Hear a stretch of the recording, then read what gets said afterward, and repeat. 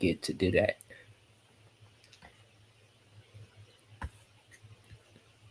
Anyways, I just ordered me some food. It got me no, y'all don't care about that. Let's get right to the video. All right, let's switch over. All right, here we go, baby.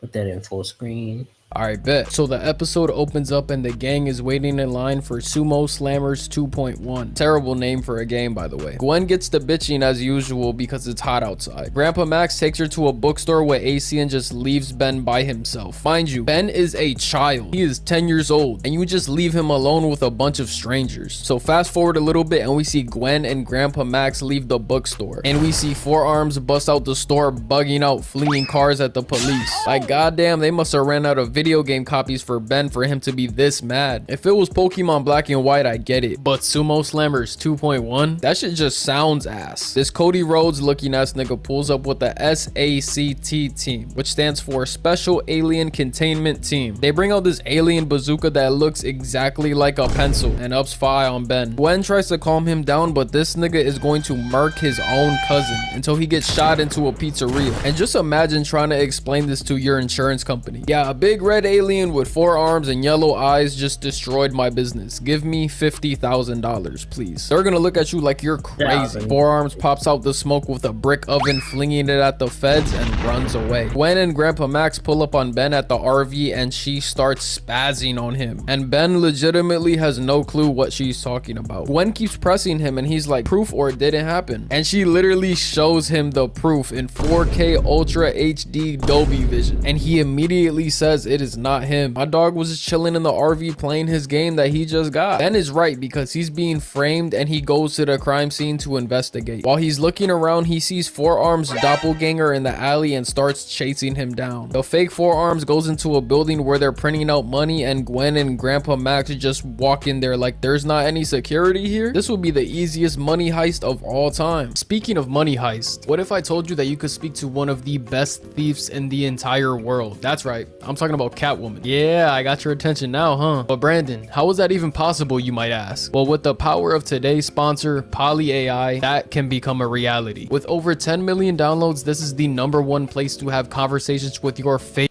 Really? What would that be? She looks at you with a seductive smile.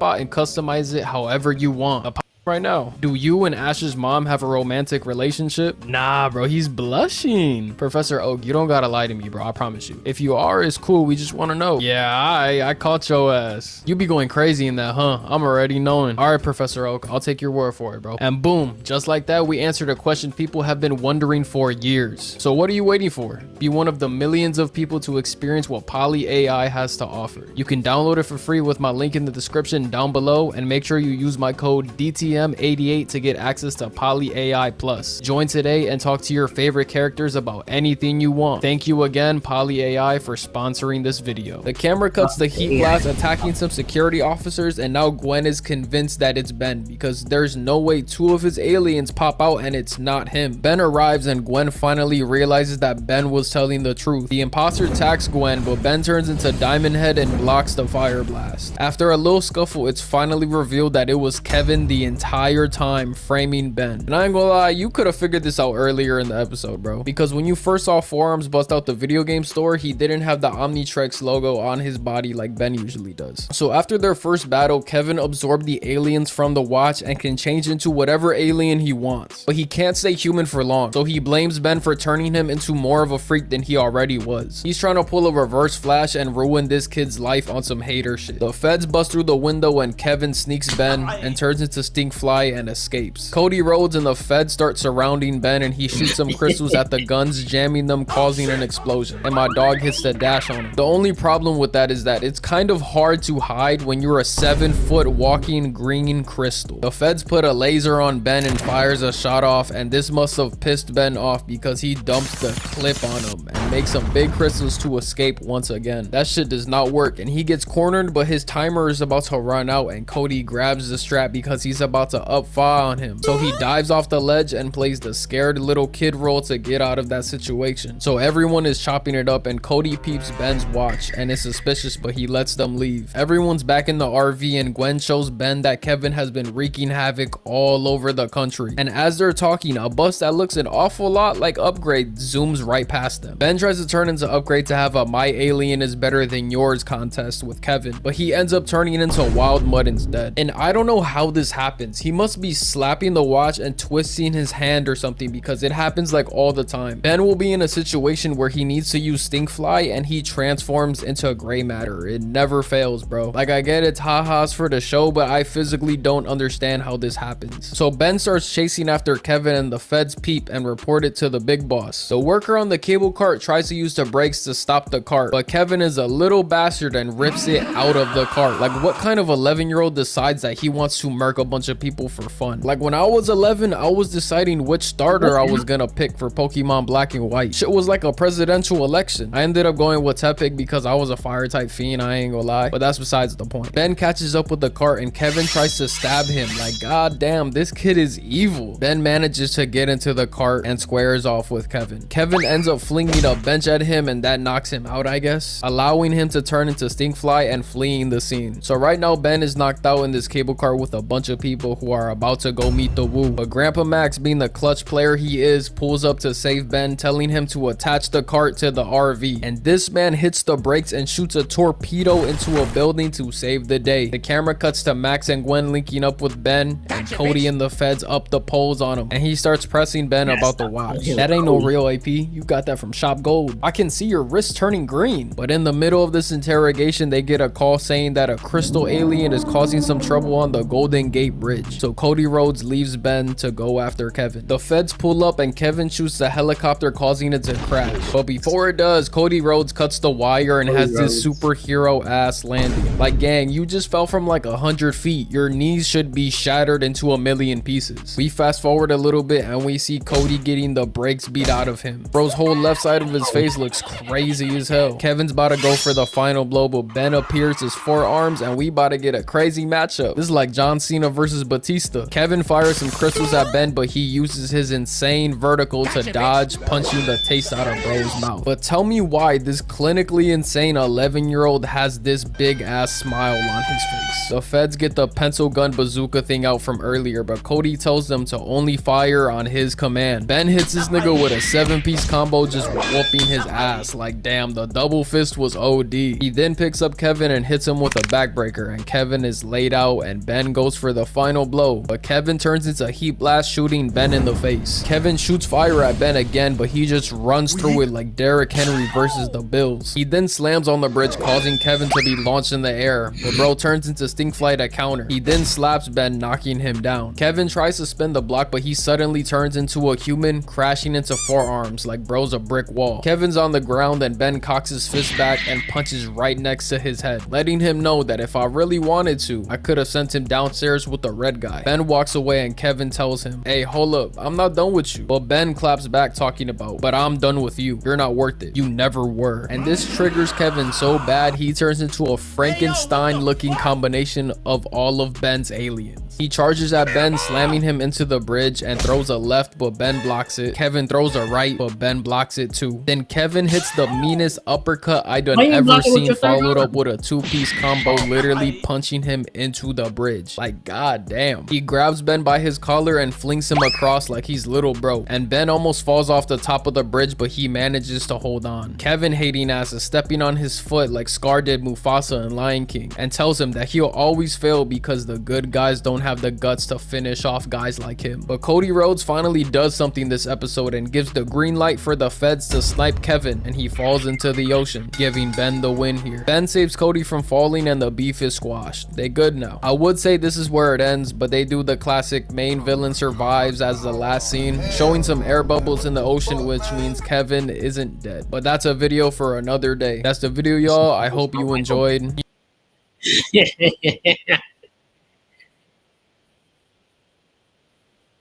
Thank y'all.